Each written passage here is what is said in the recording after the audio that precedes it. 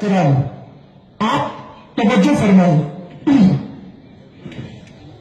کہ ہر مہینے سال میں چند دھماکے پارا چنار میں کروانا جہاں پر سنگ اسیر ہے وہ سگ آزاد ہے.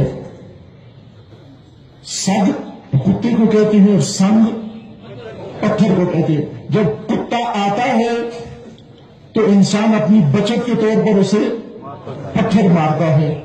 اور اگر کسی جگہ پالیسی یہ بنا دی جائے کہ پتھر سب سے لے لو، جس کے ہاتھ میں پتھر ہے اس پہ کیس بنا دو، اس پہ مقدمہ چلا دو اور پتھر سارے جمع کرا دو آ کر، اور کتے سارے زہریلے درندے کتے آزاد چھوڑ دو، تو اسی سے پالیسی سمجھ میں آ جاتی ہے کہ پارا چنار کے لیے منصوبہ کیا بنایا جا رہا ہے کہ پارا چنار میں سنگ اسیر ہو جائے اور سگ آزاد ہو جائے.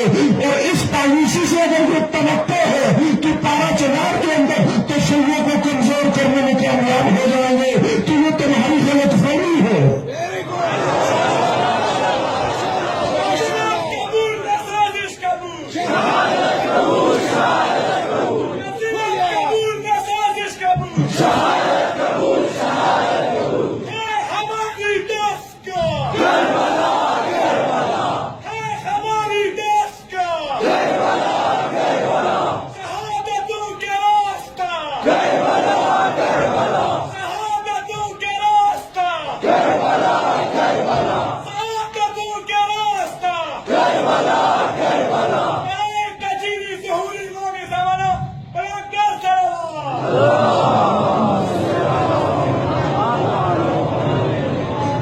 پاکستان بھر میں ایک کثیر تعداد میں شیعہ آباد ہیں.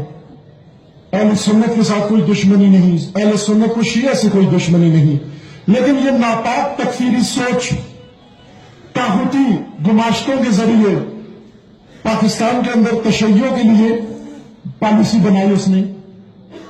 عزیزان، پارا چنار کے ساتھ یہ دشمنی، پارا چنار کے خلاف یہ کینہ ان کے دلوں میں یہ کیوں پیدا ہوا؟ وجہ سوچیں. آخر یہ ایک بزرگ کی بقول کہ جب امام حسین علیہ السلام کا زمانہ تھا تو یوں تو نہیں کہ اس زمانے میں صرف ایک شخصیت زندہ تھی اور اس کا نام حسین ابن علی تھا، بلکہ وہ زمانہ تھا جس میں ابھی صحابہ بھی موجود تھے اور صحابہ کی اولاد بھی موجود تھے، بڑے بڑے جید شخصیات بھی موجود تھی، فقہا بھی موجود تھے، اکابرین بھی موجود تھے اور بڑے بڑے لیڈران بھی موجود تھے. لیکن اس ساری شخصیتوں میں ظالم کی نگاہ پڑی تو فقط حسین ابن علی پہ پڑی. کیوں نگاہ پڑی؟ کیوں نگاہ پڑی؟ کیوں فقط حسین ابن علی کو قتل کے لیے انتخاب کیا اور باقیوں کو کہا؟ باقیوں نے بھی بیعت نہیں کی تھی، بہت ساروں نے بیعت نہیں کی تھی. عبداللہ ابن عباس نے بیعت نہیں کی تھی، خلیفہ دوم کے فرزند عبداللہ ابن عمر نے بھی بیعت نہیں کی تھی، اور بہت سارے اور ایسے موجود تھے بزرگان جنہوں نے یزید کی بیعت نہیں کی تھی. اور ان بیعت نہ کرنے والوں میں سے کسی کو قتل کے لیے انتخاب نہیں کیا گیا. قتل کے لیے فقط حسین ابن علی کو انتخاب کیا گیا. اس لیے انتخاب کیا گیا کہ حسین ابن علی کو صحیح پہچانا تھا.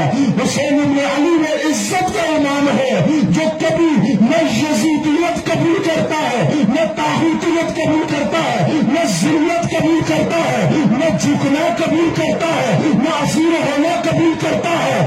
گردن جھکانا قبول نہیں کرتا، گردن کٹانے کے لیے تیار ہو جاتا ہے. کہاں اتنی صورتحال آبادی ہے عزیزان؟ اس لیے یہ دشمنی ہے پارا چنار کے متعلق، یہ کینہ ہے.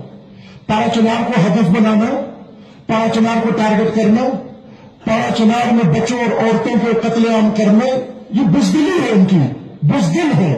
کیوں کہ بوکھلاہٹ میں شکار ہے. عزیزان، مومنین پارا چنار یہ دھماکے مومنین کو نہیں ڈرا سکتے، بلکہ جو پارا چنار کے مومنین سے ڈرے ہوئے ہیں وہ بزدلی کے ساتھ آ کر عورتوں کو شہید کر جاتے ہیں. اگر جرأت ہے تو مردانہ سامنے آ کے کہو کہ ہم تمہارے دشمن کا مقابلہ کریں. ان شہداء سے زیادہ ان شہداء کے بازماندگان پر فخر ہے، ان کے ماں باپ پر فخر ہے، ان کے بہن بھائیوں پر فخر ہے، ان کی زوجہ بیٹیوں پر فخر ہے، ان کی بہنوں پر فخر ہے کہ جنہوں نے جنازے اپنے ہاتھ سے اٹھائے لیکن ڈرے نہیں، خوفزدہ نہیں ہوئے۔ اصل میں یہ بزدل جن کو قتل کرتے ہیں وہ ٹارگٹ نہیں ہوتے، جن کو مار دیا جاتا ہے وہ ٹارگٹ کوئی اور ہوتا ہے اور مارتے کسی اور کو ہے۔ یہ میں نے پہلے ایک مثال بھی دی ہوئی ہے، مثال ایسی ہے کہ مثلا اس کو آپ تشبیہ نہ سمجھیں، تشبیہ کے بغیر مثال ہے کہ جب یہ آپ نے دیکھا ہوئے بعض حیوانوں کو